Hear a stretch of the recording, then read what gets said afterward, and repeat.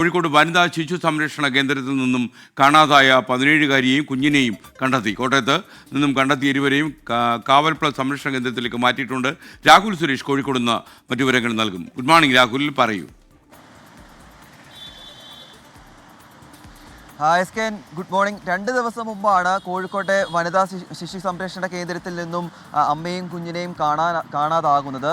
ഇതിൻ്റെ അടിസ്ഥാനത്തിൽ അധികൃതർ നൽകിയ പരാതിയിൽ കോഴിക്കോട് ടൗൺ പോലീസാണ് അന്വേഷണം നടത്തിയത്. ഈ അന്വേഷണത്തിനൊടുവിലാണ് കോട്ടയം ഗാന്ധിനഗറിൽ നിന്നും 17-കാരിയെയും കുഞ്ഞിനെയും കണ്ടെത്തുന്നത്.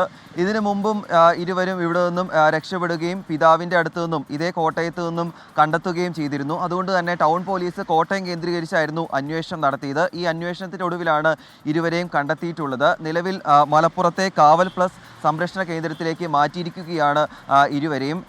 ഇതുവരെ കോഴിക്കോട്ടെ ശക്തി കേന്ദ്രത്തിലായിരുന്നു ഇരുവരും താമസിച്ചിരുന്നത്. പക്ഷേ CWCയുടെ നിർദ്ദേശപ്രകാരമാണ് മലപ്പുറത്തേക്ക് ഇവരെ മാറ്റിയിട്ടുള്ളത്. കൂടുതൽ കൗൺസിലിംഗ് ഉൾപ്പെടെ നൽകി വരികയാണ്. നേരത്തെയും ഇവർ ഇവിടെ നിന്നും രക്ഷപ്പെടുകയും പിന്നീട് കോട്ടയത്ത് നിന്നും കണ്ടെത്തുകയുമായിരുന്നു. S K. Thank you Rahul Suresh.